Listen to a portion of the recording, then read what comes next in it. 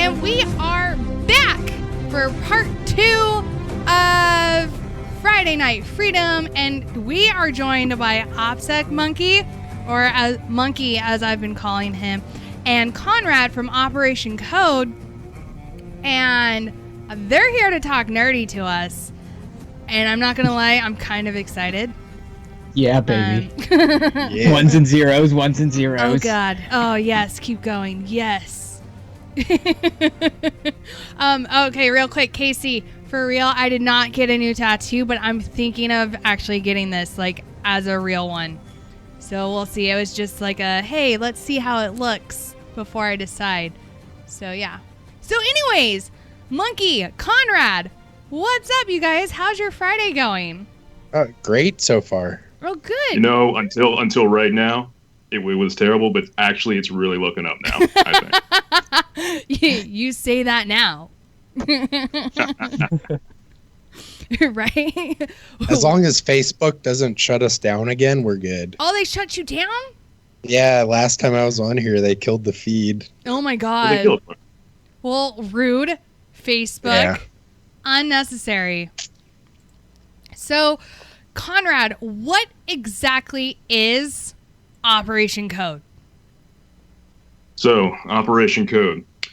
We're a 501c3 nonprofit, and our mission is to help the military community. That's service members transitioning out, that's veterans, and that's military spouses learn software development, learn the code, enter the tech industry, and build the future.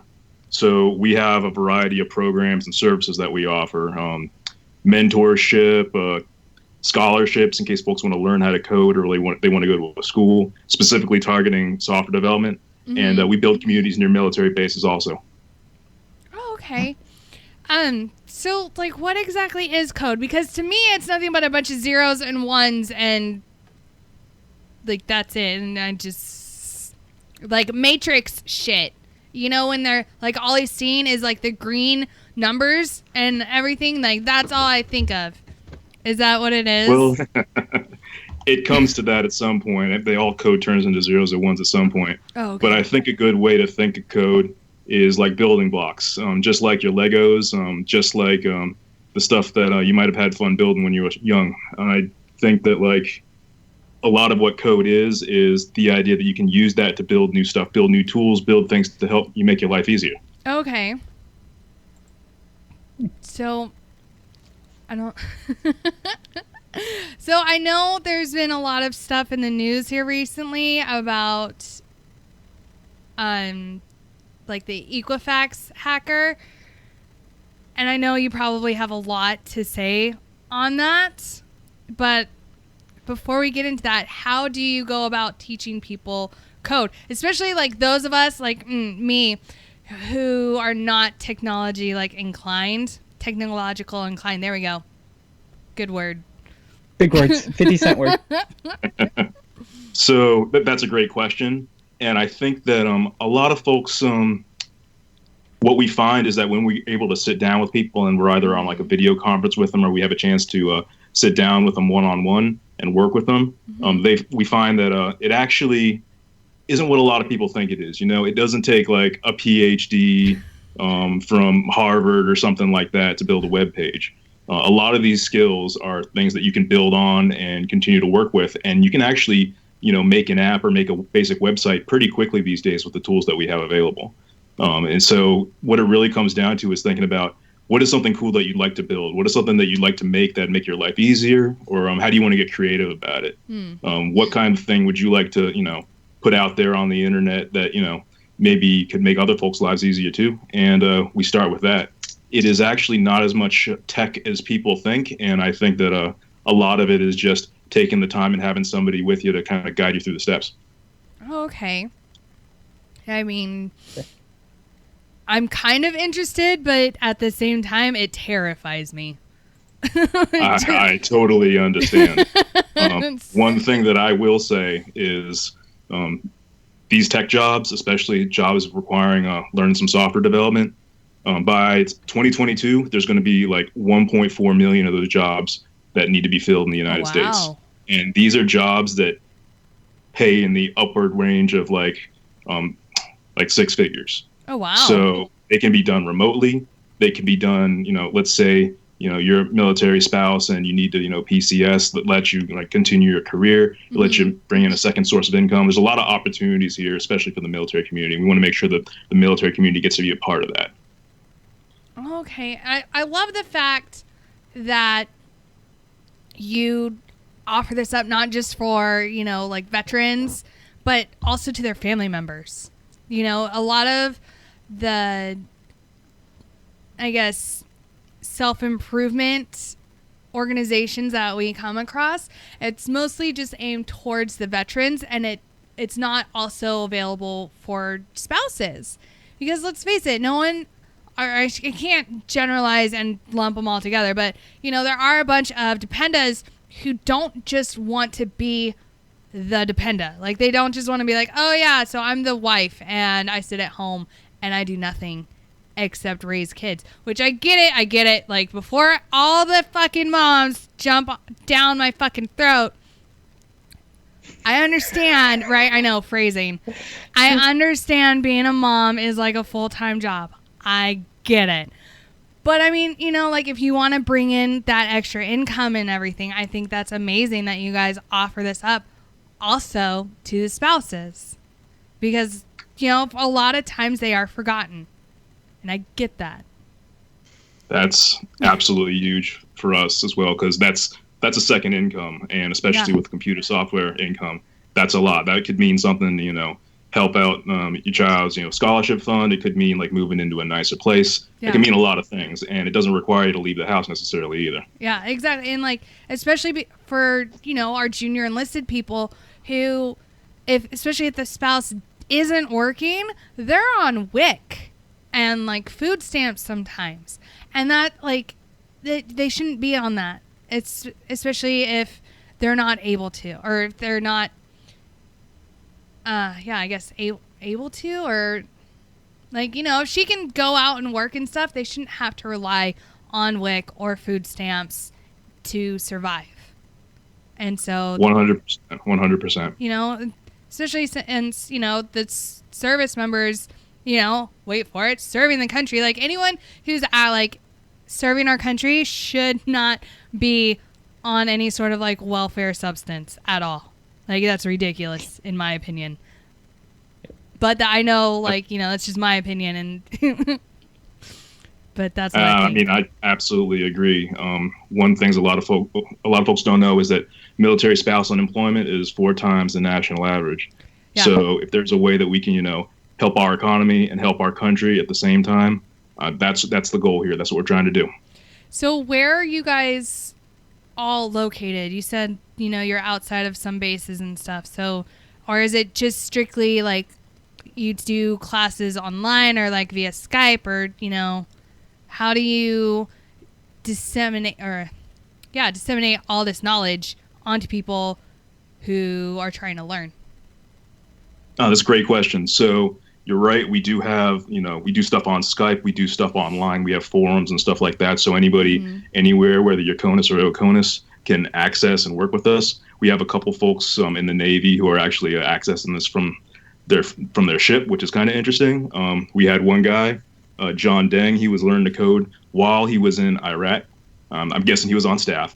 But that being said, like, this is the kind of skill that folks can kind of get started now, and then when they make that transition, they're able to have a soft land into a civilian job after.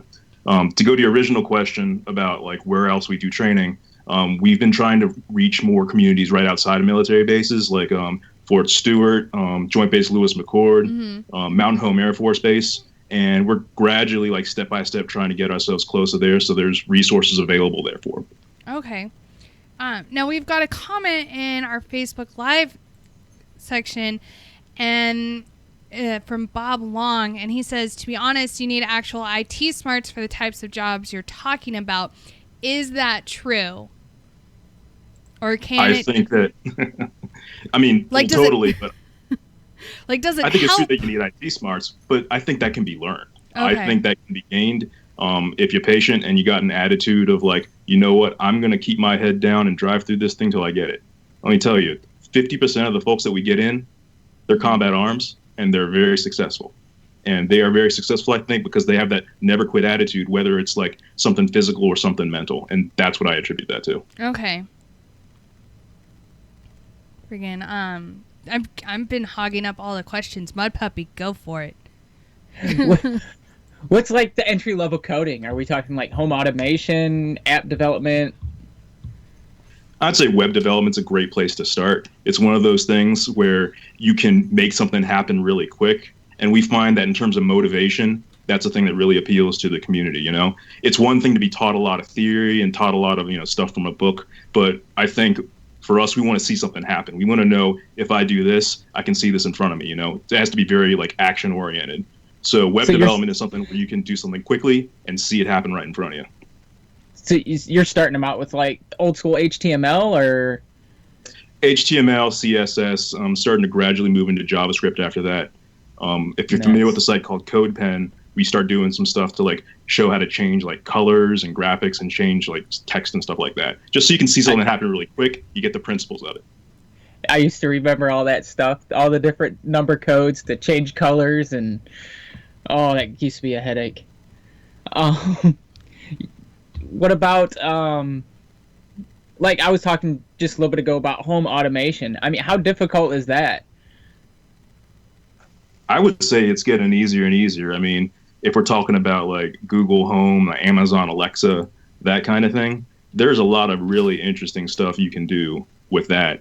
We're starting to talk a little bit more on the hardware side, but that stuff is easier to approach now than it ever has been. I mean, you see this stuff in Radio Shack now. You see the hobby kits that let you hook things up to your lights. You can hook this stuff up to your garage door. And that comes with other security concerns, but I'll defer that conversation to those on the channel who are a little bit more up to speed on that. Something to think about. What are you finding any hurdles getting into these the military communities and stuff? I know you mentioned like Fort Stewart and a couple of the other installations. Are you seeing any? What's your biggest hurdle getting in there? I think our challenge is making sure that at least like for the transition assistance programs, different bases have a different level of support on how they're working with that. Every base is different. Every installation is different. Sometimes it's really bureaucratic. Sometimes it's, pretty straightforward. Hey, come on board, teach some classes. Then we got to deal with the IT staff there, and you make sure that they're good to go with us, like teaching a little bit more of the advanced stuff. So it can be a challenge depending on sort of the leadership that you find there. So Casey in our Facebook Live comments, she wants to know why CSS before Java. So we do CSS before we do JavaScript, simply so you can get the visual of it really quickly. Okay. The idea there being like it's more motivating when you can see it happen really quickly, and then we can build on that motivation. If you focus on principles, I think that works for a certain crowd, and if you learn better that way, that's cool. But what we want to do is make sure you can see an impact really quickly so you can just get that connection. Okay. And then also from Facebook Live, Chris says, is this similar to, say, Visual Basic as far as the beginner level? Visual Basic, you can certainly start with that. There's a few online platforms that y'all can jump onto for free if you just want to try this stuff and you want to get a sense of like, is this for me or not? One good one is freecodecamp.com. And as you might guess from the name, it is free. And it'll give you some guided training in terms of like, okay, so this is how a web page is built. And what we find is that if folks have a chance to go through that, they can get a sense of like, yeah, I like this, or you know what, I'm going to do something else. And it's kind of important to figure that early, whether you want to really dig into it or whether you want to try something different. Okay. So now I kind of want to get into some of the stuff that's been going on as far as with the Equifax hacker. So I know that between May and June, 143 million people in the United States had their social security number, birth dates, address, and driver's licenses stolen. The database is for sale for 600 Bitcoin or $2.2 million. And the hack could have been prevented if they had provided the right updates and not used admin for login. So, yep. I know OPSEC Monkey, I know this is like your area, so Monkey, take it away. So let me tell you, if you do your proper like Patch Tuesday, like most IT places do, pick a day, you apply all the patches, stuff like this wouldn't have happened.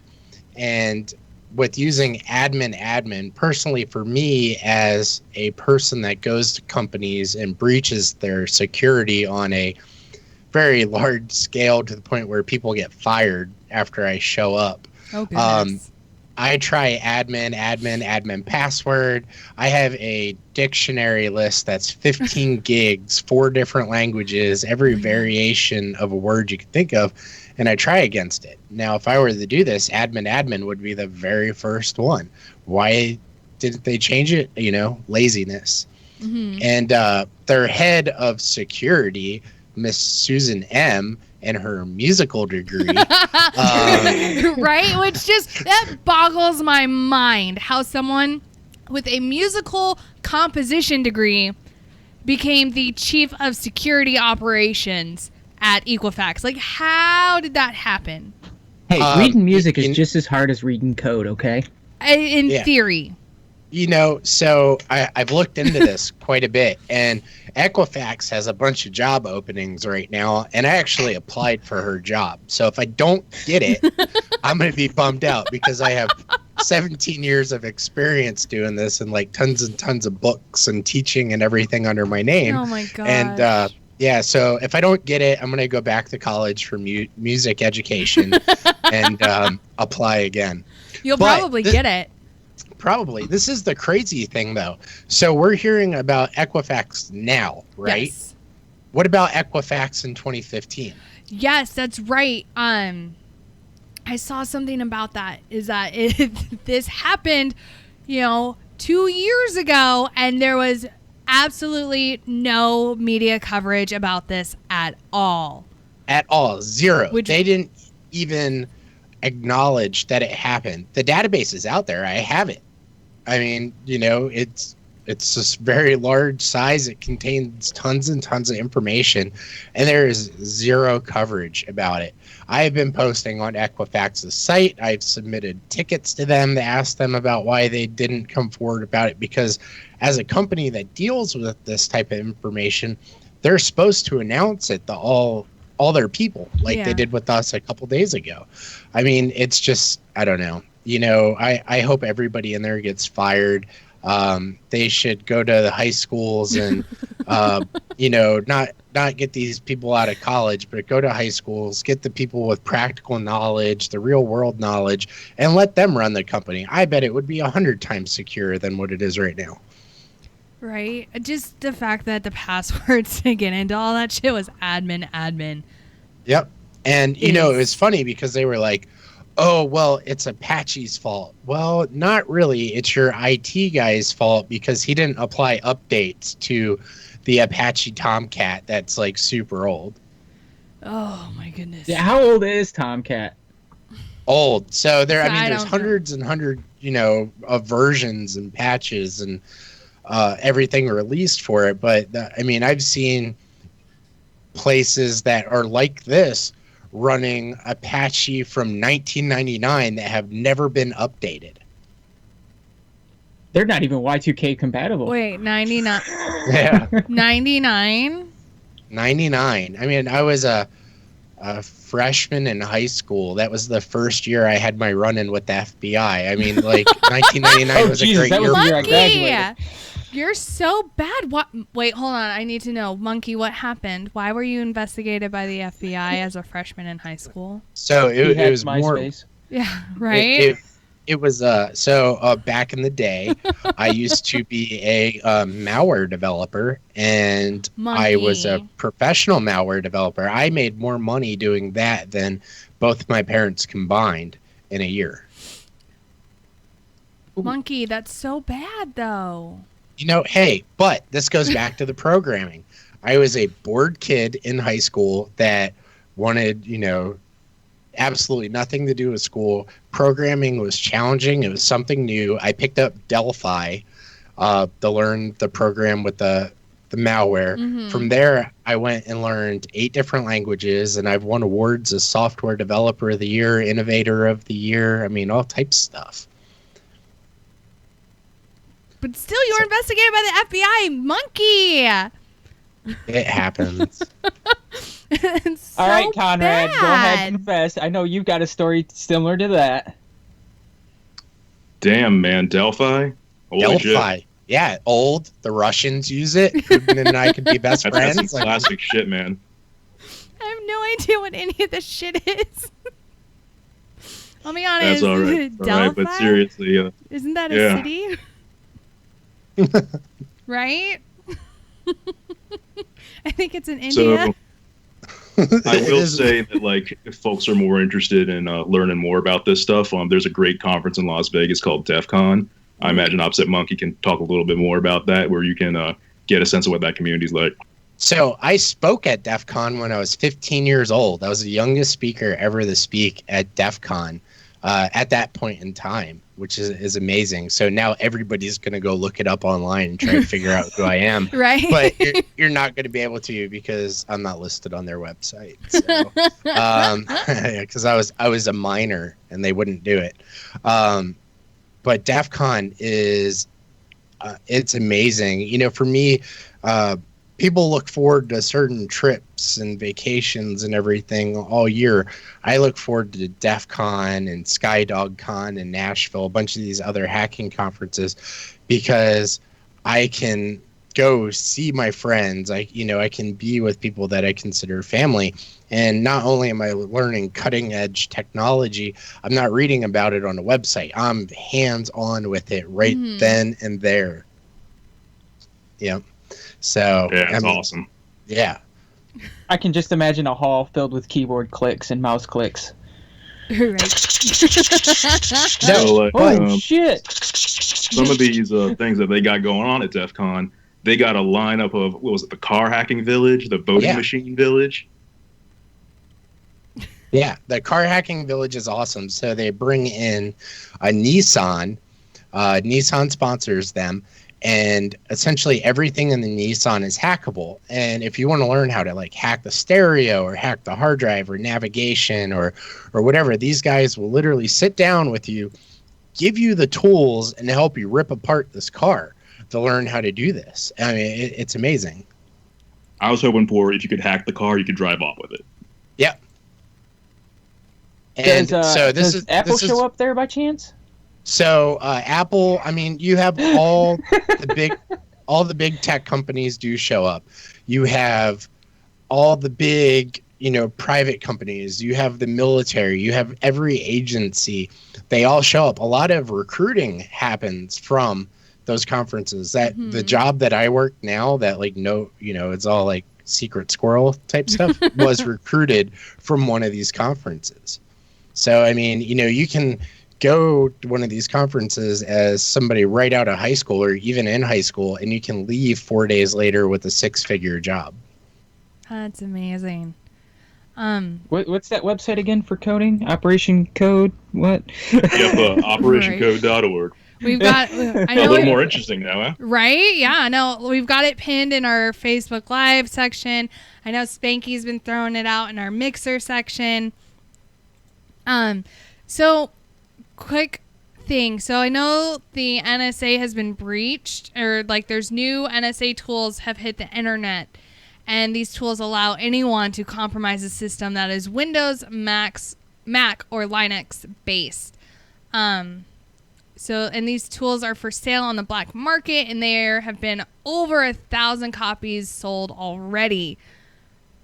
So, Monkey, is it like your job to stop these hacks from happening, or do you go around to like big companies or big corporations and be like, I bet I can hack into your shit, and they say, bet you can't, and then you're like, oh, proved you wrong. So it's a little bit of both. So if there is a data breach, I do go and investigate them if they bring the entity that I work for on board. And then We investigate it. We figure out how they done it, who did it, where the information went. If the information can, we can retrieve it, and even if those people can get arrested for it. And then on the hacking side, yeah, we have people all the time that are like, you can't hack into our stuff. We run our what do they always tell me? Oh, we run our environments like a classified network. And I'm like, okay, 10 minutes later, I'm like sitting around twiddling my thumbs, and they're like, what's wrong? I'd be like, well, I'm admin on everything. And they're like, what? And I'm like, yeah, I'm going to sit here for 7.5 more hours so I can bill you for the day. And yeah, so I mean, it all depends on what the client wants, and I'm really flexible with them, whether they're wanting something not so intrusive or if they're wanting something very intrusive, or data recovered or intelligence. I mean, for a long time, I was a director of threat intelligence, so I mean, we would do a lot of research for organizations that were at risk. Like we got brought on board for the presidential campaign. Was it breached by the Russians? I signed this thing. It's an NDA. All right. Yeah. But with the NSA tools, so these people have hundreds of thousands of tools, and they're selling them online. And this tool that came out last week, it's probably the worst thing I've seen so far, because you can target a Windows computer, you can target a Mac computer, or you can target a Linux computer, and you pretty much push a button and you're in. I mean, there's no real experience needed. Oh. Yep. Like, that's scary. How much does something like that go for on the black market, though? So, anywhere between $10,000 to $15,000 per copy. And there's been 1,000 copies sold. That's great. Yeah. That's good. And you got to think, though, it's not dollars that are going across the wire. It's people that are using cryptocurrencies that are going across the wire. So like Bitcoin and Doge and Litecoin and Ethereum, things like that are digital money. So what the fuck do you use with Bitcoin?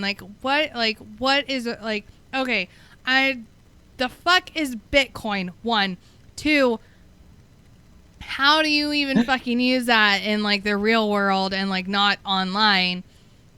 3, again, I don't understand. Like, Bitcoin? Like, how does that transfer into like actual like physical money? So think about it as a stock, right? Okay. There's a limited supply, say for like a company, and you're buying stock into it. The more people that buy into it, it drives the price up, because there's becoming less and less for people to get. Mm-hmm. And so Bitcoin is really the one that everybody knows, because you've seen it in the news. We've watched it hit a couple $1,000s. Everybody's watched it go up and down. It has no real like monetary value, but at the same time it does. And people use it for, let's see, real world. There's ATM machines that take Bitcoin that are in Las Vegas and other cryptocurrencies. You can use it for stuff at like a Microsoft store online. You can buy in cryptocurrencies. Newegg lets you buy stuff. And, cryptocurrencies online, it allows you to buy drugs, software, hookers, hitmen. Wait. You can buy prostitutes with Bitcoin? Yeah. What? Yes. You That's can on the dark buy web. a person? Yeah. With fake online money. Yeah. So here's a little What? tip or question for you guys. Let's see if you guys know this. Do you know who originally designed the Tor network and the dark web? Darth Vader? I don't know. Not Darth Vader. Well, Does I don't know. anybody You said the dark web, dark side. It made sense to me. I don't know. Yeah. Was it the Air Force? No, it was the Navy. Yeah, Christopher got it. All right, that was close. Yep. Yeah, and it was originally used allow them to relay messages because it was encrypted. It's point to point, and or it was encrypted. It's been breached since then, but Yes. the Navy used it for a really long time, and now it's used by criminals or people that want to stay off the grid. Minx, you need a YouTube dark web. No, I Because don't. there's a want couple to. YouTube personalities that's all they do is they do shows about crazy stuff they find on the dark web. Like one, I try not to be, on the FBI's list of people to investigate. Like that's a goal of mine throughout my life is to avoid any sort of investigation done by the FBI. It's not that bad. Well, no, because I'm sure, it's probably easy enough to get onto said dark web, but then getting out of it, like I'd be like, I don't know what I'm doing, and next thing I know, you don't have to get onto it. That's why you watch other people do it. Oh, okay. But Yeah, so I spend about 80% of my work day when I'm actually in the office on there for research and various things, whatever that I'm working on. But yeah, I spend a ton of time on it. like,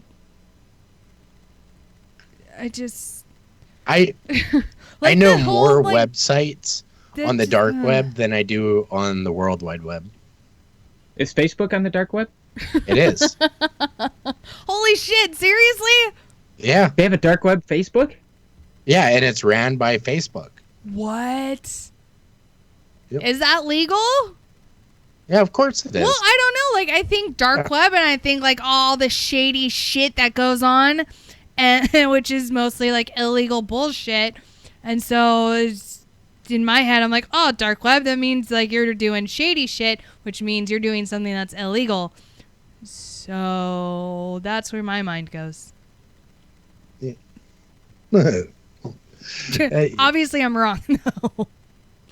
Yeah, so I mean, if you were to compare the internet to, like, we'll say like the Tor network or the deep web or dark web, whatever you want to call it, the internet only makes up what normal people use about, I don't know, 20, like Christopher was saying, about 20%. The other 80% is on Tor nodes. You're not going to be able to go out and search it. There's no real search engines for it. You kind of got to know what you're looking for when you're on it.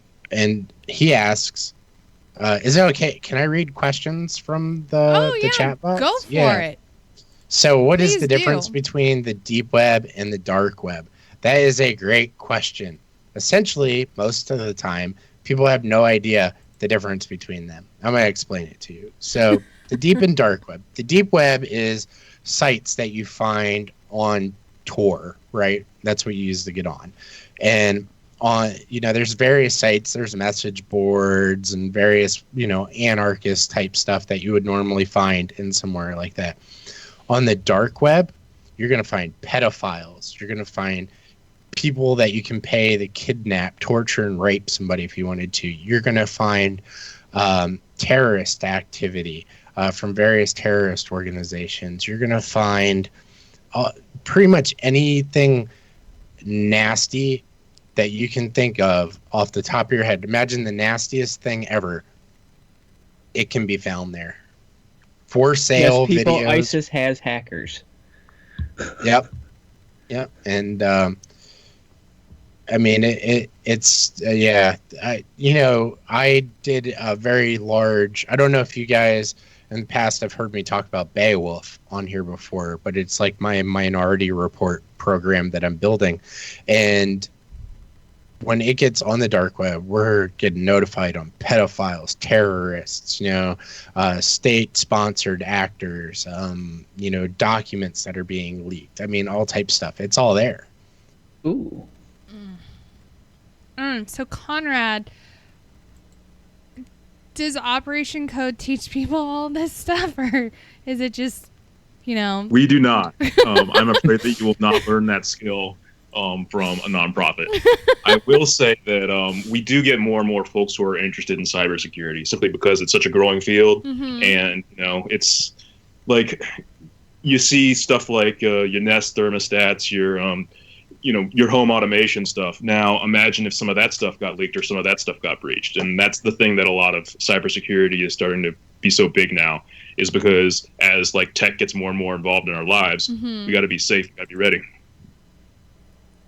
I mean, Yeah, because didn't South Park just like troll everybody that had like all that stuff with one of their episodes? Yes. Yeah, so the Alexa and the Google Home. Oh my God, yes, that was last night. I watched it today. and now my Alexa's like, "Oh, you're talking to me," and I'm like, "No, let me go ahead and put that mute on." So, yeah. Right. But yeah, so it's good. And we've also seen the last couple of days here in the news too. More flaws are being found in Microsoft systems that allow attackers to load spyware. Like, think of something original you want to load, and you're going to load spyware just to annoy the user. And this is going to get y'all. This is going to be really good. The Apple 10 or the Apple X, right? Right, yeah. Which is the equivalent of the Samsung S6. Yeah, the features are about 6 years old that they're introducing. Right? I noticed that too. Yeah, it's like, oh, you're getting a Galaxy S6. Good, that's been out for a couple of years now. Yeah. Congratulations. Yay. And now this one, for the people that are listening that do run websites, WordPress is now vulnerable to a widget or an add-on called the display widgets. The people who were actually making it were loading in malware into the widget that had to be activated, and they activated it, and it was something like 200,000 websites are now infected with malware. What? And when the people go there, they get infected with the malware. Now, Conrad, with him just mentioning widgets, can you explain what a widget is, and do you guys go into that on how to build widgets? And so, if I understand the context correctly, I'm going to speak just specifically to WordPress for a second.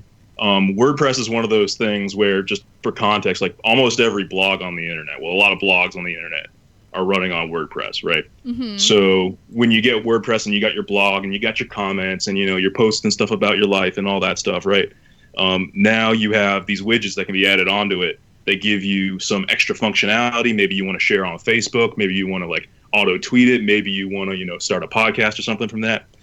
Those widgets are not really well secured.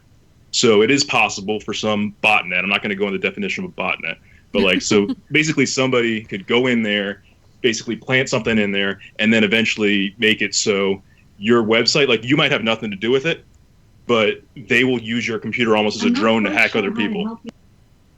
And I got so that's what just happened there. Was that your Alexa? That was my Alexa.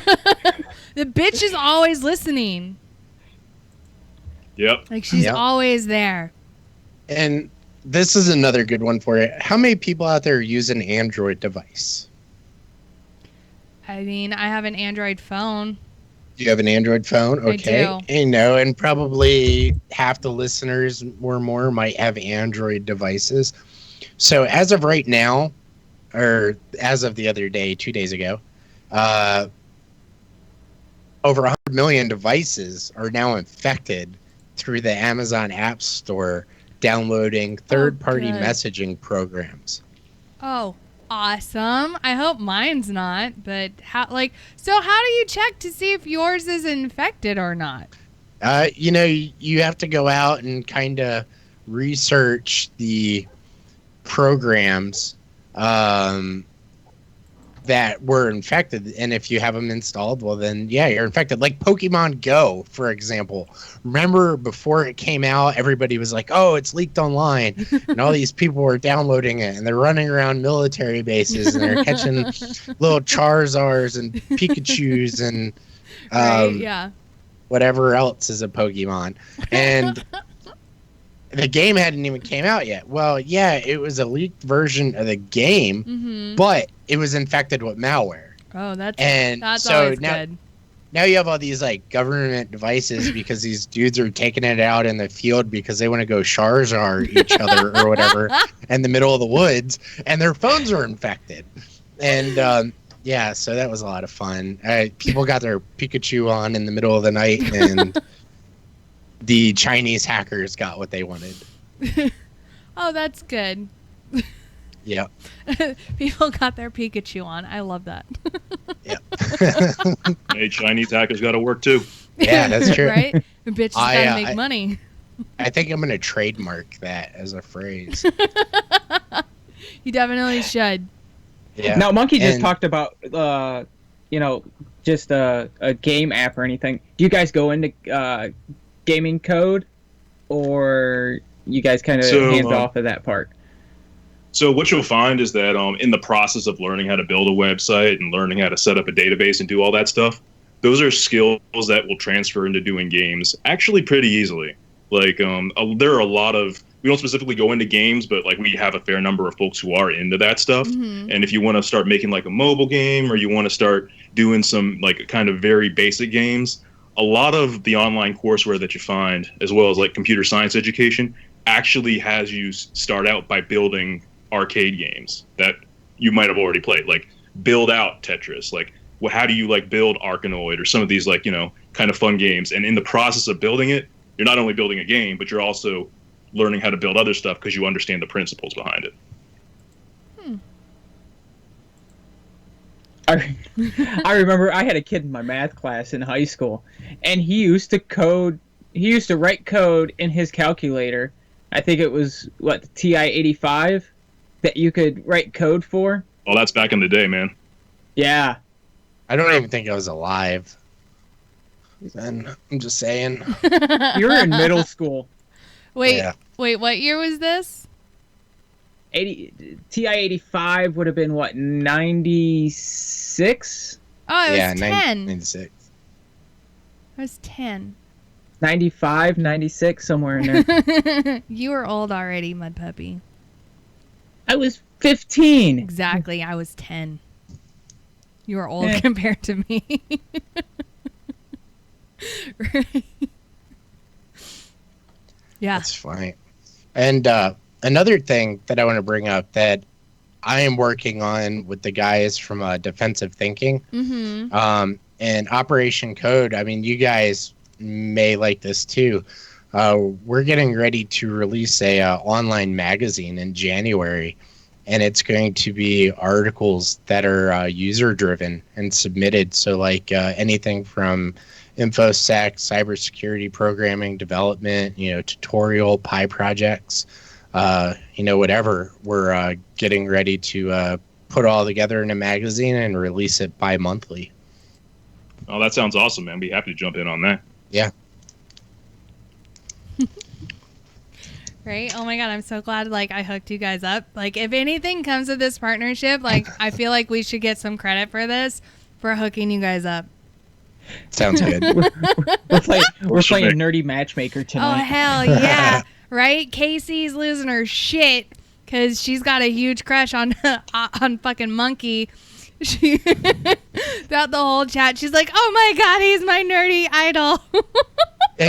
and she thinks she knows who I am, but I doubt that. I really do. Right? All I know is that she would lose her shit if you said hi to her. She might know your other alias, but she doesn't know who you are. Yeah. Hi, Casey. Oh, she just died. There we go. The first Dead. The first death on WTF Nation Radio. DED dead. So, our best stepdad ever cause wants to know, what can we do to protect ourselves from malware and spyware and all these attacks that are coming at us when, it's in the hands of these other companies? So, all right. So, you as a product, because that's all you are to a company, is a product, can't do anything. Once it's in another company's hands, I mean, the worst you can do is jump on a class action lawsuit. I mean, by being on social media and all these other things and being out there just in general as a person, our information is with so many companies, we don't even know, who our information is with. As a consumer for malware and attacks and things like that, I will tell you right now, antivirus is dead. You can have all the antivirus in the world, and the flavor of the day is going to get by your antivirus. The best thing Avast won't save my computer? No, Avast will not save it. It will catch all the old stuff, because these malware developers, when they're writing stuff and they're posting it online, they're 1 to 2 weeks ahead of your antivirus. That's why your antivirus is like always updating. So by the time your antivirus gets a new update to protect against the flavor of last week, the new flavor of the day is already out. And there's like Malwarebytes does a really good job, and it's free. You can go download the free version. I recommend paying for it. Shell out the $30. And then they make another application called Anti-Exploit, it's phenomenal. And that blocks, various ransomware or crypto malware, like CryptoLocker and things like that. Another thing is, don't go clicking on links that you don't know what they are. Just because, some Nigerian prince wants to send you $50 million and there's a link that says click here to fill this out. Oh my God. Don't click that link, because that fraction of a second after you click that link, you're compromised. I mean, that's all there is to it. So be smart about the things you're clicking on. So, hold on. Seriously, my grandparents get those emails literally twice a week, and my grandpa's constantly coming to me and he's like, so I got an offer today to get, X amount of millions of dollars. Apparently I have a long lost Nigerian prince nephew that I didn't know about. And I'm like, oh, okay. Did you reply? And he's like, no. But I got another one. So I had a guy on Craigslist. So I was scamming the scammers. Oh, that's fun. Yeah. So this guy sent me 30 counterfeit checks in a row, and then finally he was like, if you do not deposit this check and send me my $5,000, I'm going to show up to your house. And I was like, sir, I don't know if you realize where I live, or if you know what the 101st are, or what the 160th is, or 5th group, or anything like that. Right. I was like, but look those people up online, and that's where I live. And dude was like, okay, well, I'm going to show up anyway. I was in the military. So that told me he was a mule. So I'm like, whatever. So I sent him a address, like a bogus address. Well, not bogus address. It was the address of a police officer buddy of mine. And Good move. Yeah. And my buddy knew. But nobody ever showed up or whatever. But the threats were definitely made back and forth, and it was a lot of fun. And I don't live at Fort Campbell anymore. But if anybody from Fort Campbell is listening, hello. And yeah. So we have best stepdad ever has a question from a friend. Is Pornhub infected? My friend uses it a lot, and he should know about this. So you should tell your friend. Does your friend name start with an R or an L? I'm asking. Asking for another friend? Yeah. I don't know. I mean, I don't know. But so websites like that, the actual site is not infected. That Pornhub actually runs a really clean business all the way across the board. That's amazing. But, yeah, but the ads that are on that website, I mean, if you go clicking on ads and stuff, you don't know what's behind those ads. So I mean, there have been virus infections from porn sites and places like that. Well, still now all the way till back when they first started online. because it's an easy way for them to generate money. Because, you know, you at home with your Mr. or Mrs. whatever, I'm not gonna judge, R or L, you know, streaming videos cost them money, so they have to make money somehow, and those ads are an easy source of income. So yeah, just be careful of the stuff you click on. If you're doing it from your computer, use an ad blocker. There's tons of them out there. Ad Blocker Plus is probably one of the best ones for Chrome. If you're using it from a mobile device, you know, just don't click on anything. Right. Kaz says incognito mode does not protect you either. No, it does not. All incognito mode does is just block cookies. So, yeah.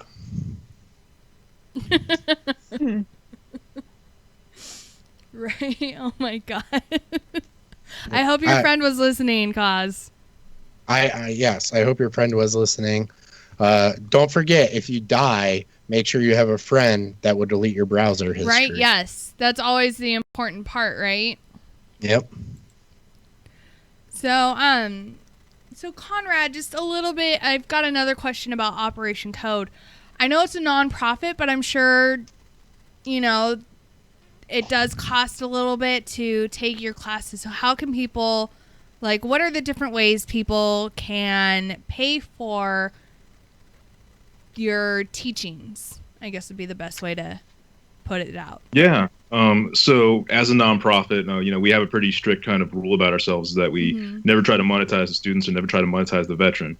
So the way that we get our funding is from corporate sponsors or individual donations. We don't charge for our services. Okay. So anybody who is in the military community who wants to learn can jump on and learn. And if you're able to contribute, then that's fine. Otherwise, I mean, you know, let us know, because we're mostly working with companies that want to support the military community, and that's how we keep the lights on and keep things rolling. Okay. We're all volunteer, so that helps us, you know, continue to be able to provide scholarships and stuff. Yeah. And then, okay, so I have one last thing, and I'm sure both of you guys can chime in on this. So it's defensivethinking.io. So .io. Yeah. That's what it says. I've got notes that Awesome. I was given by somebody else who understands, I guess, a little bit of all this stuff, because I was like, I don't know what to talk about. But yeah, it's defensivethinking.io. And it says, you know, defensive thinking is an e-zine. Yeah. Oh, that one. That will be released every other month starting in January.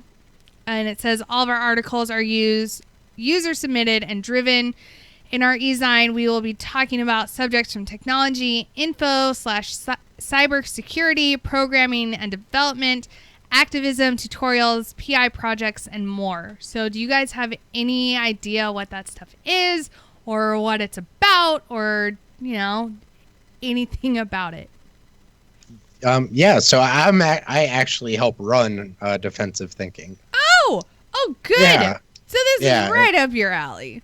Yeah, so essentially what it is people that love technology that are doing open source or open learning. Like, so Operation Code, like if, you know, they wanted to submit an article about the things that they're doing to teach people programming and, you know, job skills. I mean, they could do a 1 to 2 page write-up and submit it. Or if they had like a tutorial that they wanted to share, they could submit that too. And we're talking everything from not traditional articles like, you know, word for word reading. If he wanted to make a video, we're going to put the video in the magazine because it's online based. There's nothing paper based about this. Okay. So, you know, and it's just the flow of information. It's, you know, everything you see now, it's, I want to learn. Well, it's great. A lot of these resources that people want to learn from cost them money. I could care less about it costing money. I want to do the free flow of information. Okay. So are the links going to be trusted to click on this site? It's absolutely 100%. So right. I'll tell you this. We're being sponsored by two very large security companies, one ISP, one major hosting company, one entity that I can't name because they don't want me to, are all backing me and my friends that are working with us. And I think one of them was in the chat earlier, but there's a lot of work that's getting ready to go into this. And, we definitely have the backing on it. So yeah, everything will be trusted on it 100%. That's amazing. Yeah. I don't know. Mud Puppy, do you have anything else for them? Because I don't. I just wanted Conrad to go back through everything, ways to contact them, ways to maybe contact people that already have the program set up at their installation. Yeah, totally. So if you go to operationcode.org and then hit join, just go to the site and it'll send you an email and that'll give you access to, we got an online forum and we also got an online live chat called Slack. And that's how we kind of deliver a lot of our content, and we pair up people with mentors. We announce scholarships on our list. And if you just sign up there, that'll open up the doors for you. We just launched a job portal recently. So folks who might be experienced already because they're coming off like an IT gig in the military, who want to jump into the civilian job market, they can jump on there. And basically just operationcode.org/join. And there you have it. That's awesome. Well, thank you guys, both of you, Monkey and Conrad, for coming on the show with us.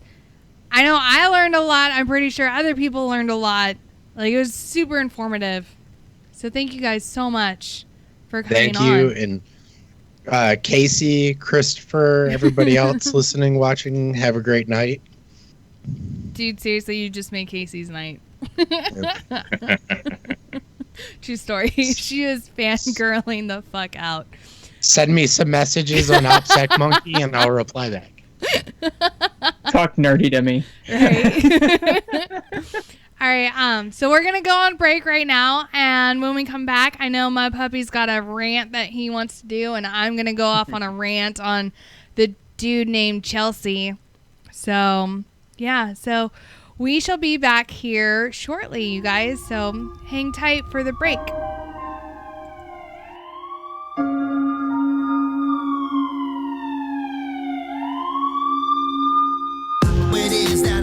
Saving how he needs that support to keep his roof from caving, holding tight on that 45 as a tear drops from his eye. Picturing his mom is all that's kept him alive, cause he's buried his friends and he's buried his thoughts. Suppress these demons inside until his stomach's in knots. I see you on your knees, so please let me give you help. Pick you up, lift you up and put you on that top shelf. Try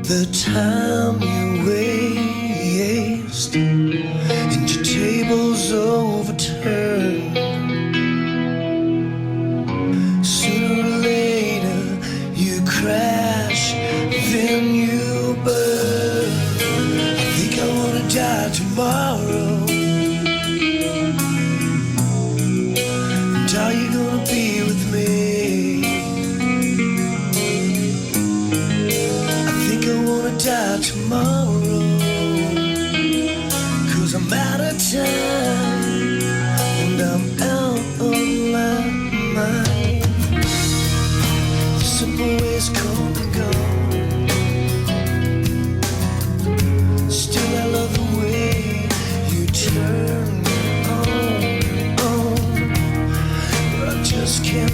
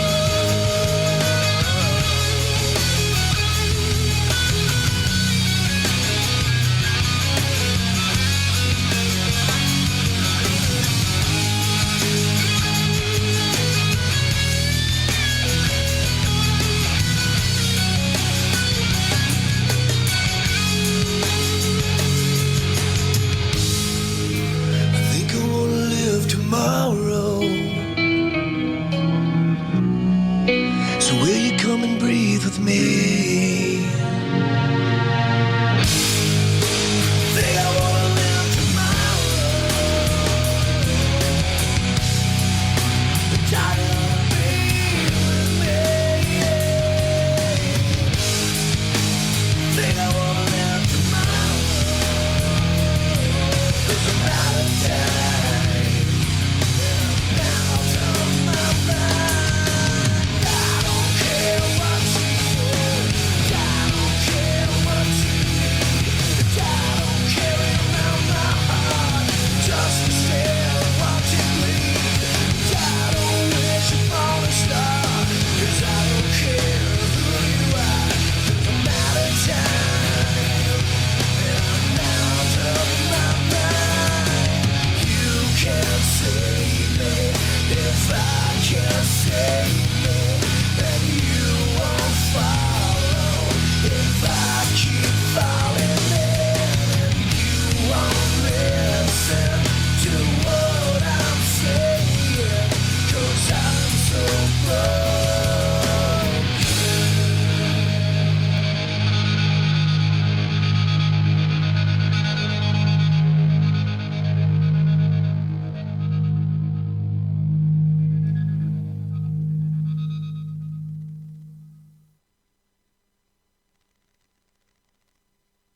This is WTF Nation Radio.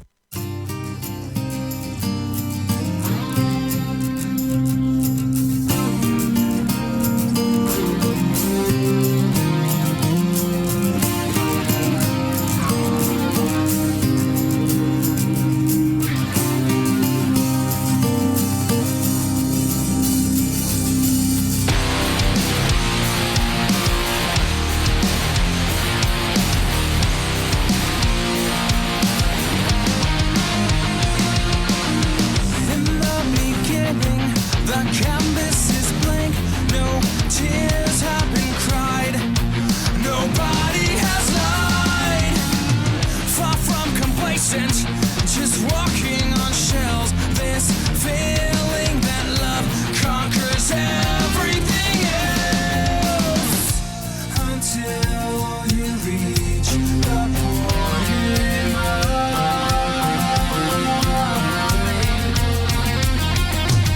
There was a failure to communicate. So sad to leave, but we were forced to wait.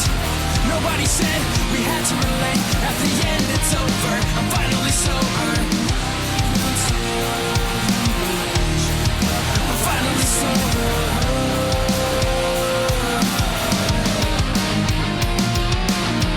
My only demon, my only regret is that I left you with scars so that you'll never forget. Sick of forgiving my mistakes and my faults. Shattered your glass heart to millions when I ripped it apart. There's nothing left. Love is gone. So there was a failure to communicate. So sad to leave, but we were forced to wait. Nobody said we had to relate. At the end, it's over. I'm finally sober. I'm finally sober.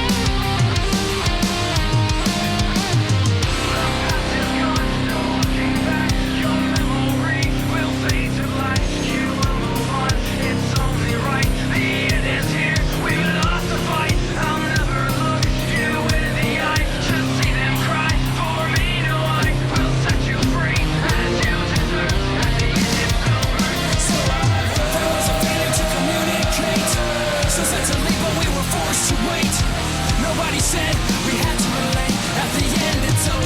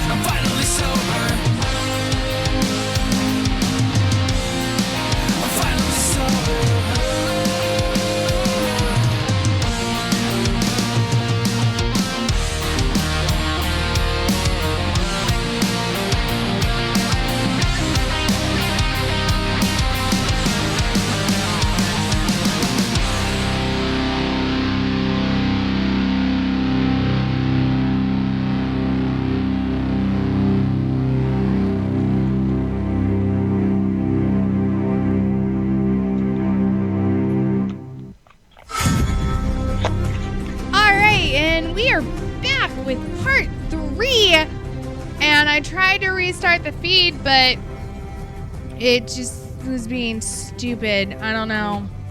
It's fucking coding and shit, or I don't know. Zuckerberg's got us trapped. But yeah, Monkey's still here with us, so that's exciting. I am. And there was much rejoicing. There was. Yes. So mostly because can I say that? Can I say what you shared with me?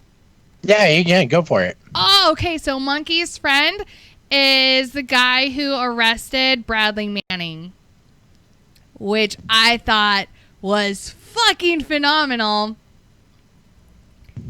And oh my God. And mostly because, so as most of you have probably seen, earlier this week, Harvard extended a fellowship to Bradley Manning. And again, as I said in the first hour, I refuse to call him by Chelsea because his name is Bradley, because he is a man. With man parts. Yes, exactly. Like, yeah, he may Are have... you sure he's not like Chelsea Clinton? Because the two kind of do similarize themselves. Have you ever seen them both in the same place? No. However, Chelsea Clinton looks like a horse. Like, she's got, like... Dude, have you seen her teeth? Like, they're fucking ginormous. Which is Did you see saying... that picture I posted the other day of her holding the license plate? That said my mom made this for me in prison? And, like, I understand, like, I have large teeth, but hers are, like, god damn big. That's what happens when you go to prison and they make you go to Disneyland while you're in prison. Yes. Bad food, bad rides, if you know what I mean. But yeah, so Harvard had extended a fellowship to Bradley Manning. And apparently, as of today, has rescinded, or right? Is that the right word? I'm trying to like be smart and shit. But they disinvited Bradley Manning. So it says Harvard University reversed its decision to name Bradley Manning a visiting fellow early Friday, a day after CIA Director Mike Pompeo scrapped a planned appearance over the title for the soldier who was convicted of leaking classified information. Which I think is awesome. I don't think he ever should have been given, like, granted fellowship rights or whatnot.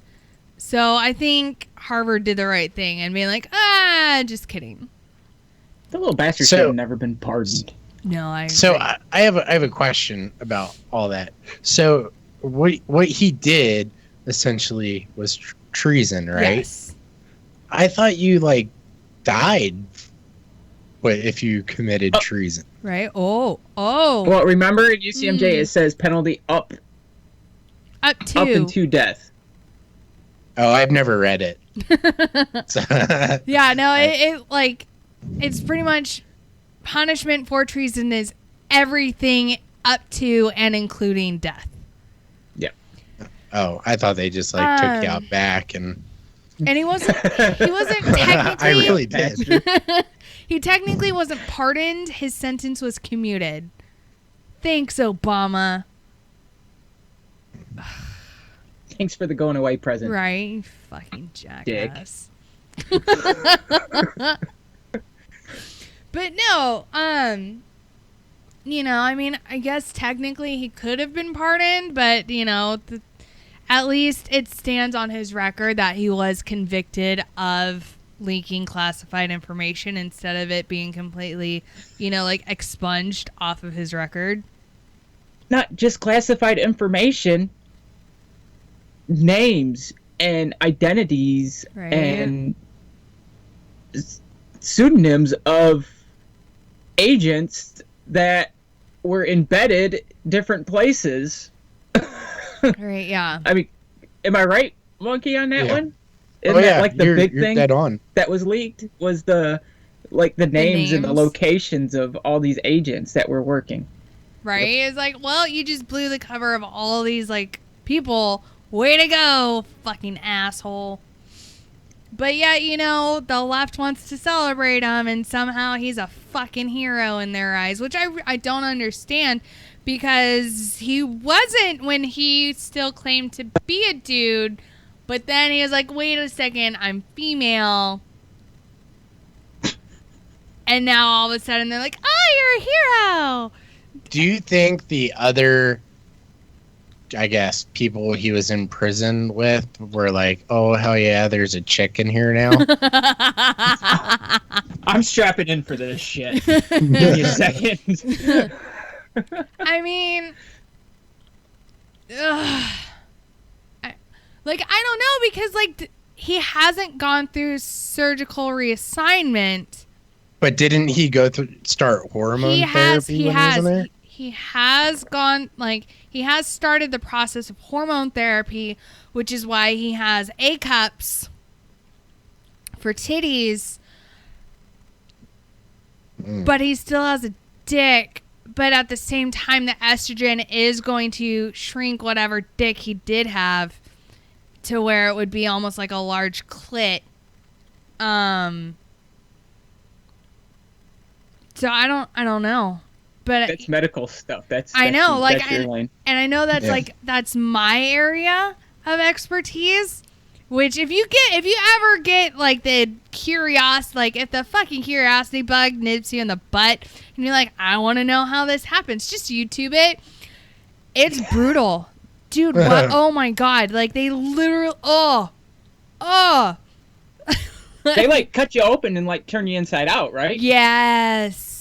So, there is a South Park episode actually, when Mr. Garrison becomes Mrs. Garrison, and some of the clips while he's in surgery becoming a woman, where they actually show real life procedure, and it's literally a split second or two of the actual surgery, and you're like, god damn.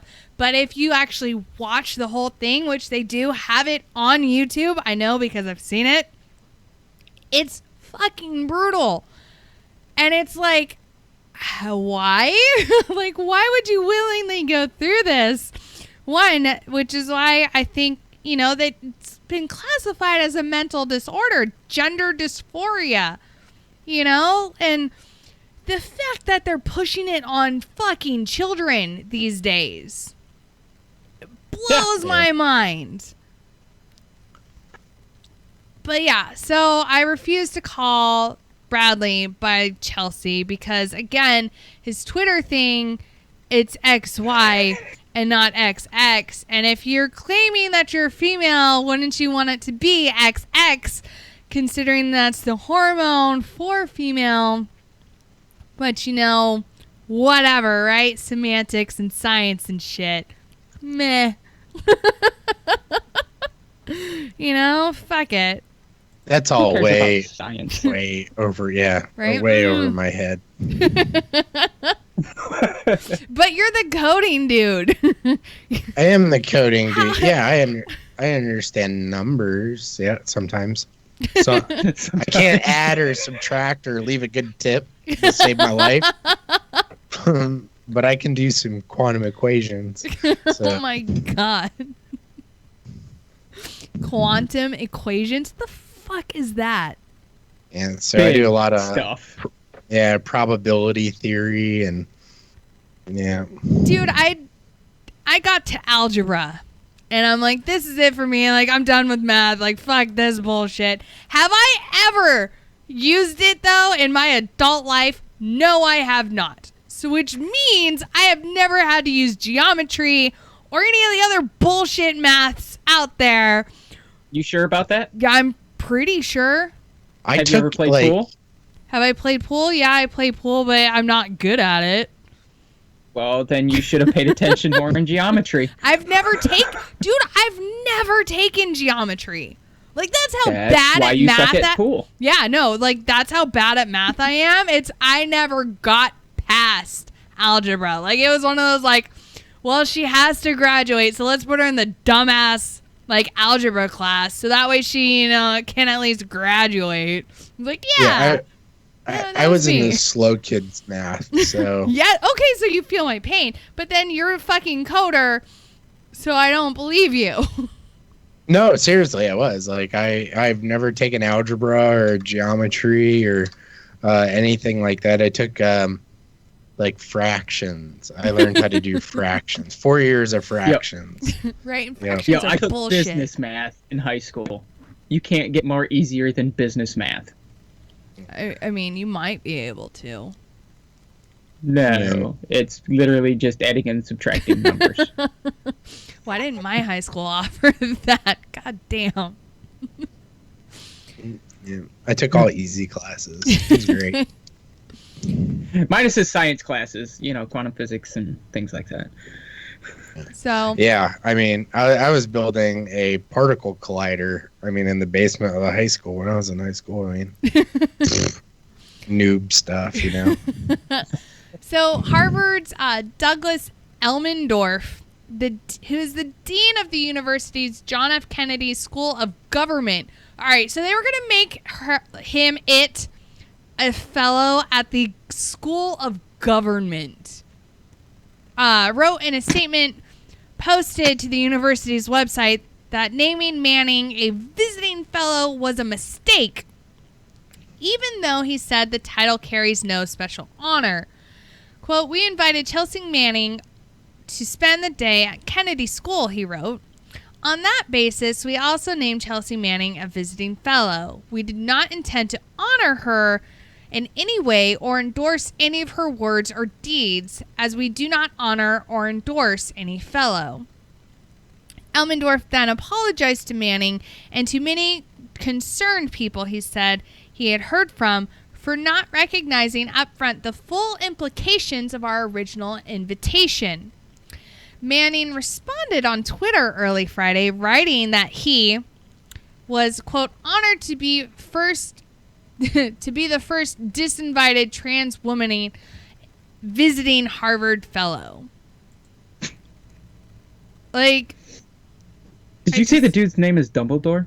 no, Douglas Oh. Elmendorf.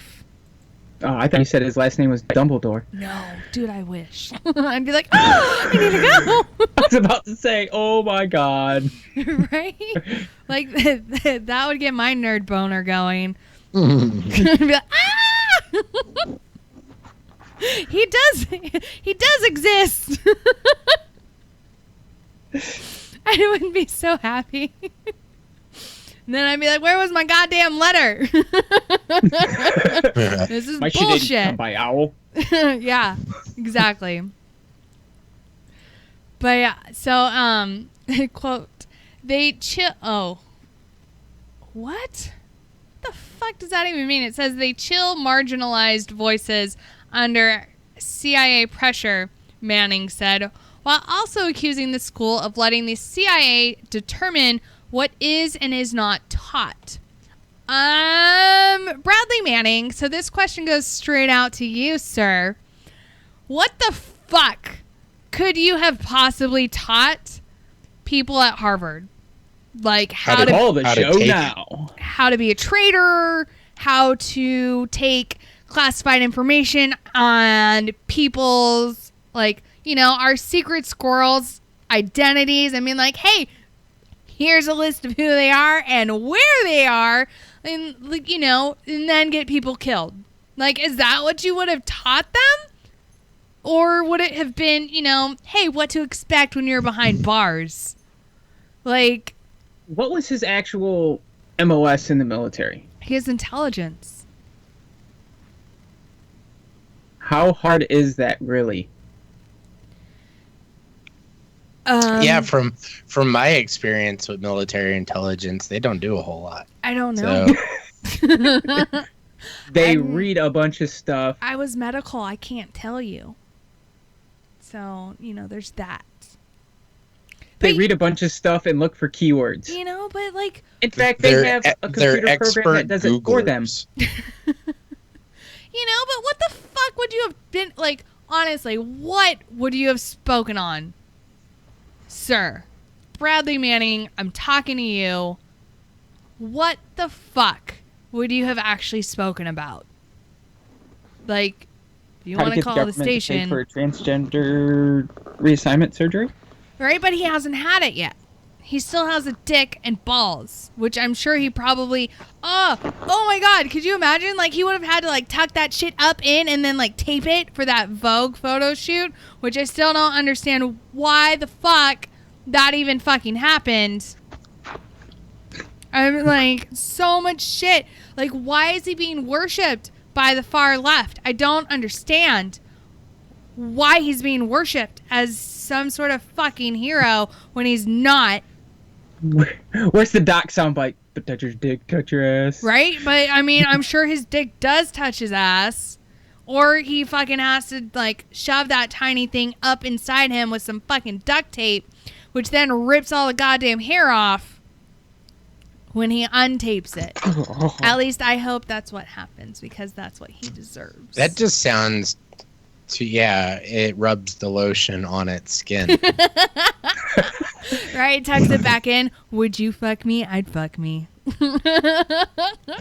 Whoa. Does your dick touch your ass? But No. does your dick touch your Yes? ass? Well, then go fuck yourself. Right? Like, Oh, shit. so it says Manning's publicist did not immediately respond when asked if he would still accept Harvard's invitation to visit the school. 29-year-old Manning is a transgender woman who's known as Bradley Manning when he was convicted in 2003 of leaking a trove of classified documents and information. He, I know it says like she, but he, because I'm an asshole like that, was released. He still has an Audi. Was released from military prison in May after serving 7 years of a 35-year sentence, which was commuted by President Obama. Again, thanks, Obama. Obama said in January he felt justice had been served.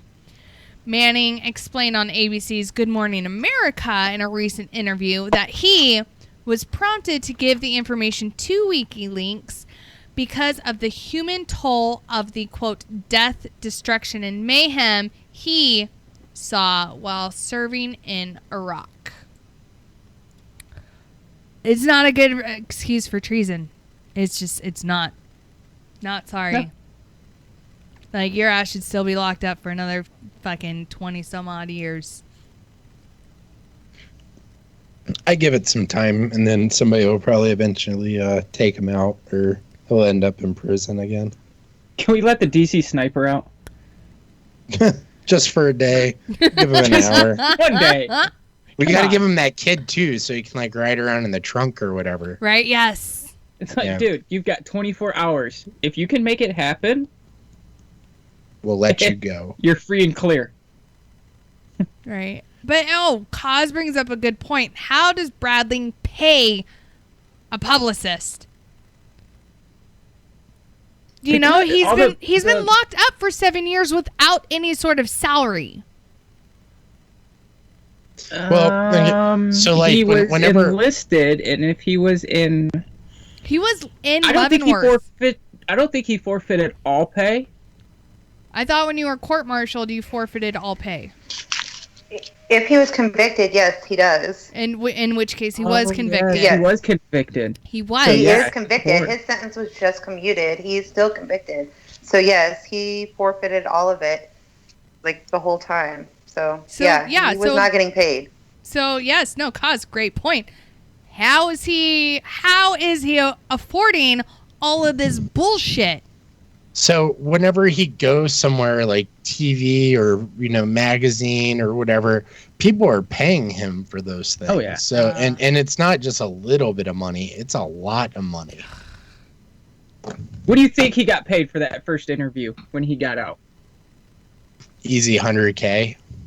Right? On the light side. Yeah. Easy on the light side, 100K. Yep. I mean, and then, the magazine is probably, Yeah, Vogue probably gave him at least a quarter. Yeah. Right. Yeah, so I mean, he has the money. I mean, it's coming in.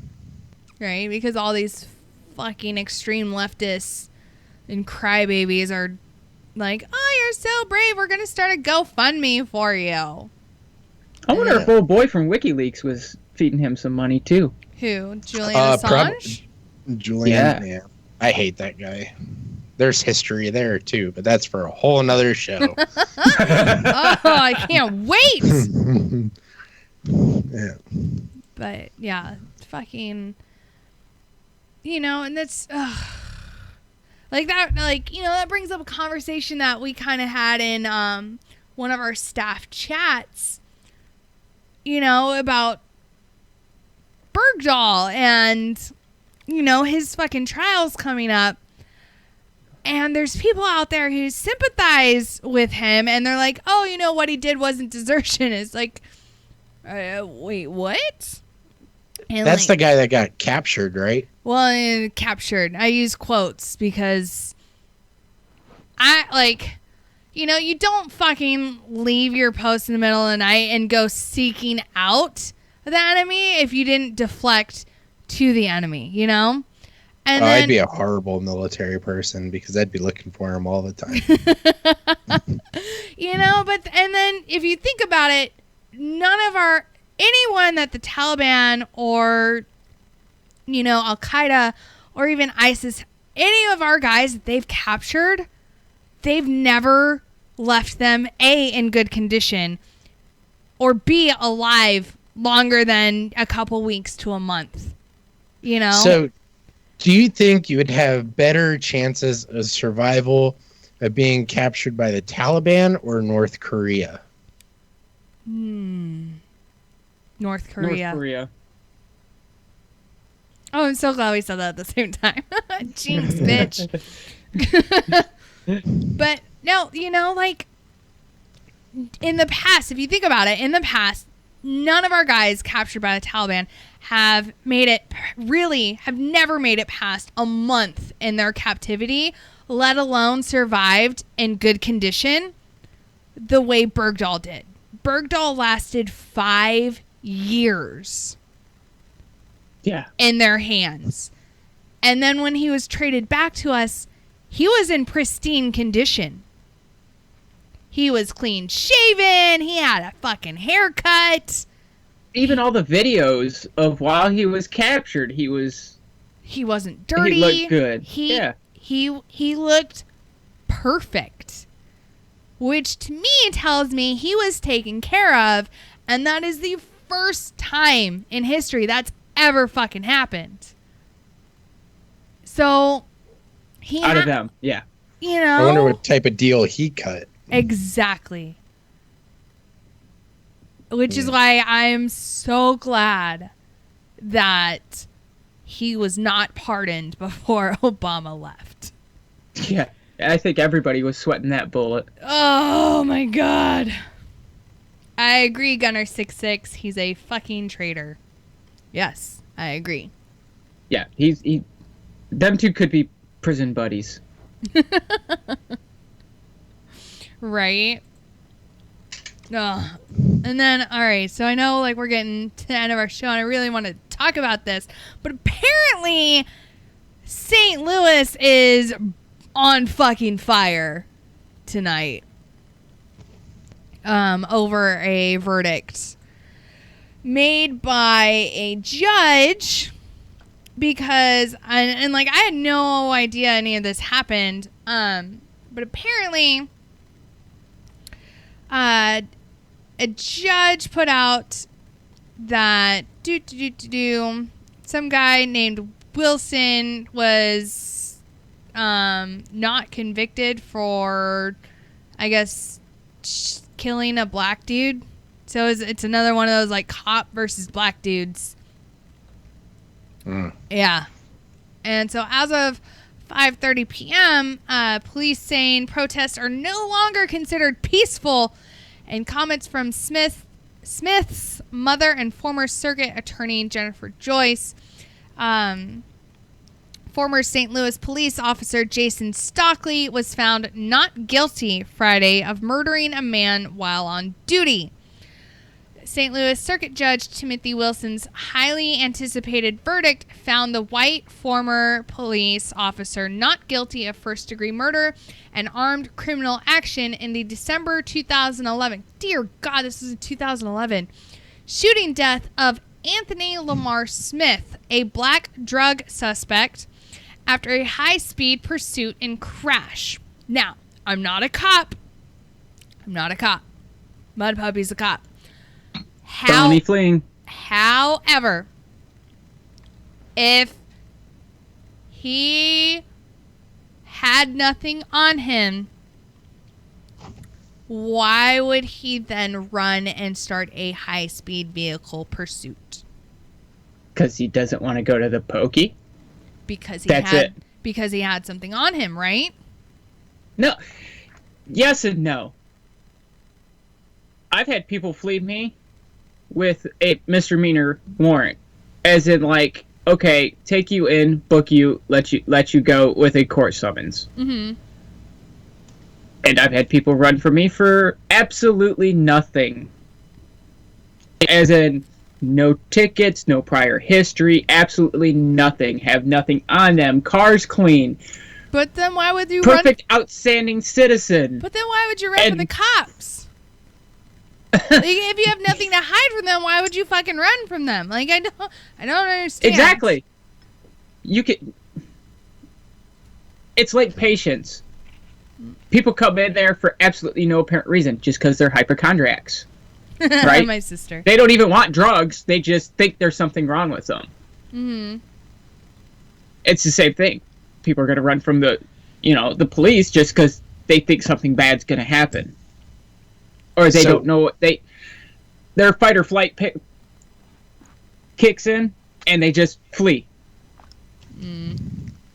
What were you saying, Monkey? We had a guy down here at this installation that we will call Watermelon. Ooh. And getting onto an installation, you have gate guards, and this good old boy jumped in the line to get onto this Watermelon, and he thought it was a DUI checkpoint.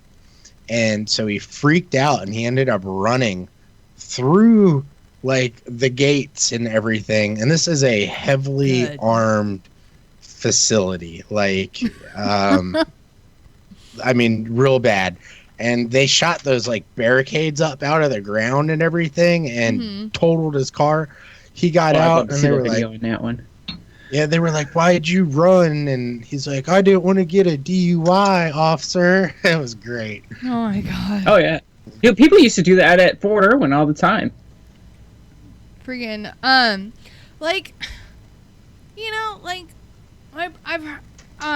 as most of you know, or if you're still fucking following all the shit that I've let out about my family, one of my older brothers is a former police officer, and he told me a story of a guy who fucking did a high-speed vehicle pursuit, who was a mule, ended up crashing his car. They went up to the fucking mountains of Hemet, California, ended up driving off the fucking mountain, crashing down into the valley below.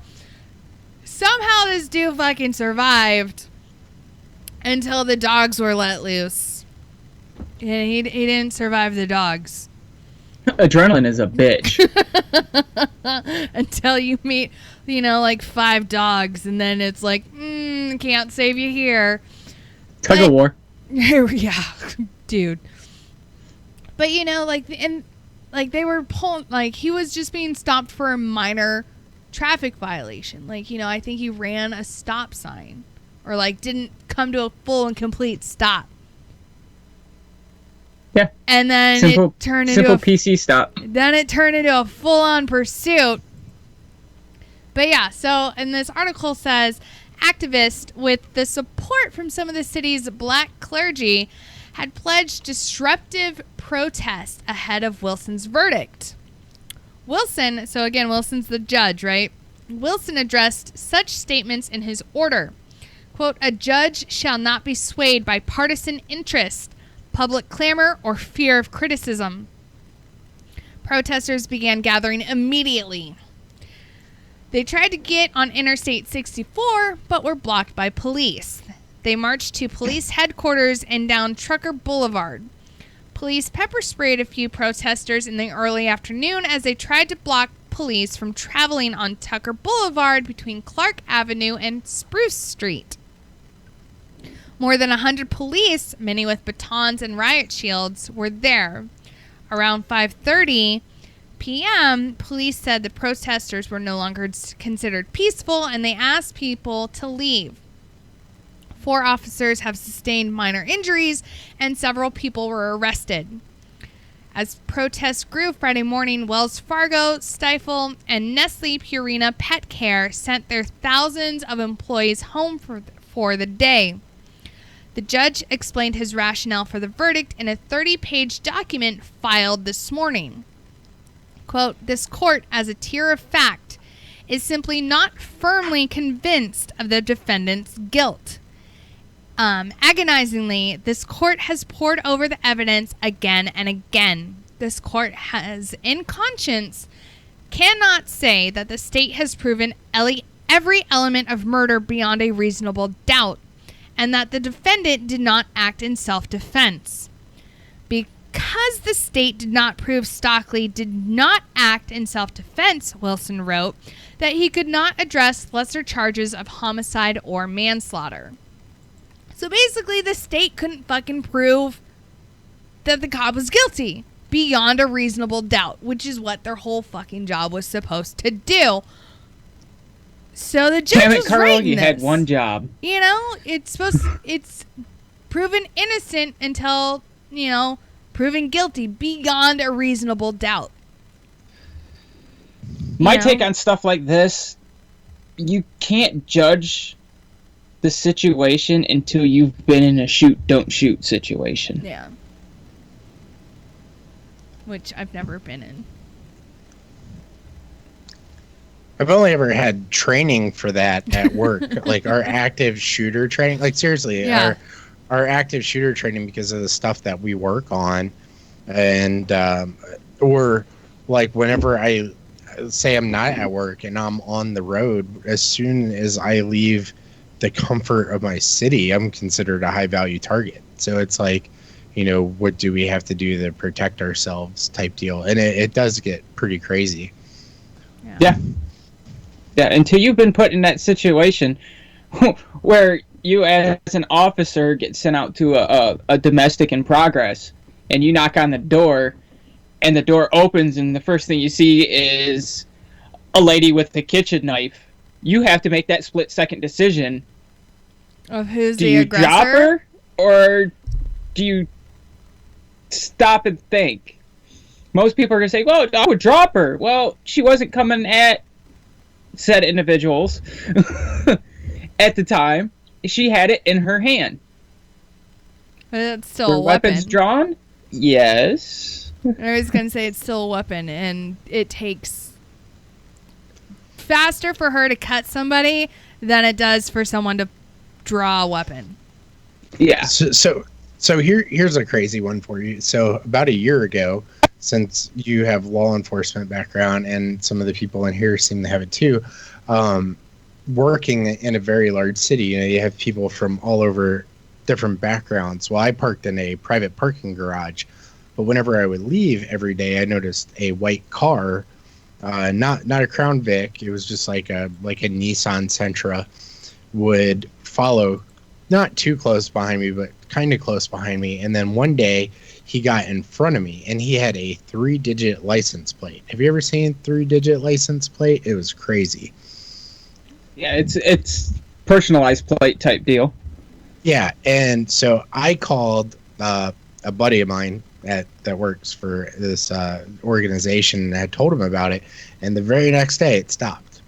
Super crazy. So it's definitely things that I worry about, like in my job of having to think, who is this person that could be following me, or what do they want with me? Like whenever I leave country, you wouldn't believe the amount of paperwork that I have to fill out.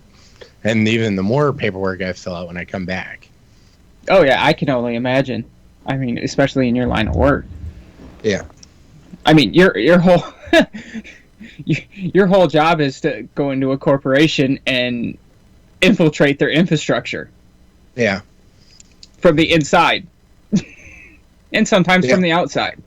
And from the outside, yeah. Yeah. So I mean, those IT guys, they can be a little whack job too. Oh, they're coming for you. Give them a little bit of caffeine.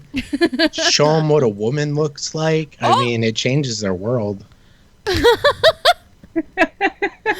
my god. What a real woman looks like, not just one on a screen. Yeah.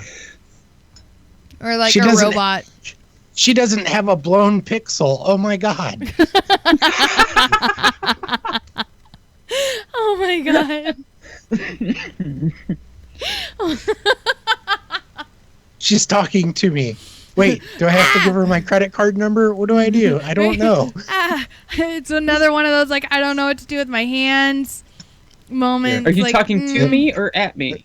But, oh Does my not goodness. compute. He's like the guy from Grandma's Boy. You know? Yes. I was just about to bring that up. Yeah. That's so funny. I've actually ran into people like that before. I tried having a conversation with this like senior IT guy, and he like stared down the whole entire time. And I was like, "Did you drop a donut?" And he's like, "We don't have donuts." And I'm like, I was like, "Is your shoe untied?" Like every once in a while in the meeting, I'd like ask him a random question. He's like, "I have Velcro straps," and it's like, "Oh, okay." It's like, Do you know where your that stapler's at? Yeah. Right? So, Did you ever ask him, like, outright, like, why are you looking down? Like, look at me. so a lot of this is true fact. A lot of IT guys, I mean, they, we're very secluded people. We don't get a whole lot of interaction, and I for example, I went to a talk this kid did over the summer at DEF CON, and he was in a little tiny room off to the side for like the brand new speakers, and he the whole entire time stared at his screen, never made eye contact with anybody. And I went up to go shake his hand. I was like, "Hey, loved what you're talking about. Great job." And he like jumped backwards, like, "Don't touch me," which is fine, Oh my God. and that's kind of normal in our community. Oh, like, I kind of feel bad, though. Like, as, I think human touch is, like, kind of a vital thing for people. Like, you kind of go crazy if you don't have it. Yeah. I mean, there's a difference between electricity touching you and a human touching you, if you know what I mean. So, yeah. Yeah. It's pretty crazy. Well, Monkey, thank you so much for joining us tonight. I've had such a great time with you, but it's time for us to do housekeeping. Oh, all right. know, Y'all have a right? great, Maine's y'all have a great playing night. with the monkey. What? Yeah. Monkey's been fun. Monkey, all right, phrasing. God damn Phrasing. it. Ugh. Have a great night, dude. You're everybody. awesome. Thanks for God. coming on. No, Thank you. for sticking around. It's been so much fun. Thank you so much. I learned a lot tonight. Good. Y'all have a good one. Thank you. All right, you're welcome. All right, brother. Have a good one. All right, so as everyone knows, we do a show 7 nights a week. And tonight is Friday Night Freedom with myself and Mud Puppy. Tomorrow is Saturday Night Savagery with Jay Reddy and Pookie. And you never know what you're going to get. Oh, quick. Real quick. Happy birthday, D-Max. Oh yeah! Happy birthday, D-Max! And then Sunday is the Green Room. And Monday we've got the Monday edition with Ice and Cuffs. Tuesday is Tied Up Tuesday with myself and Gray Cloud. Wednesday is WTF Wednesday with Jim Beam and Pookie. Thursday is Sergeant's Time with Ice, Mike Golf, Doc Madness. Yeah, that's it. And that brings us back to Friday. So, yeah. It's Friday. You ain't got a job. Uh-oh. You ain't got shit to do. It's Peridot's birthday, too. Happy birthday over in Mixer Chat. Happy birthday to you. I think we do reruns of Green Room on Sunday right now, cause. And then, coming up here soon in like the next couple of weeks, we're getting our afternoon show back. Dun, dun, dun. It's not Liquid Lunch per se, but it's going to be exciting. So it will be. I hope you guys are getting ready for this. So yeah. So thank you everyone for joining us on Facebook, on Periscope, on YouTube, on Mixer. It was a lot of fun tonight. So I hope you guys had a good time tonight too. Yeah. Oh, and don't worry. I'm going to rant first thing next Friday. I know. Oh my God, I'm so sorry we missed it. We got stuck on fucking Bradley and then St. Louis. I'm so sorry. You're fine. It happens. It gives me more time to stew over it. Right? Write it down and make sure, like, next week, like, when we first start, be like, shut the fuck up, Minx. I need a rant. Oh, okay. Play the jingle. Yeah, right? But, yeah. So, thank you, everyone, for joining us. And I hope you guys learned a whole lot. I know I did. So, have a good fucking weekend. And good night, Will. It's time to go. But yeah, all right. We'll see you guys next week. Have a good weekend. Bye. Toodles.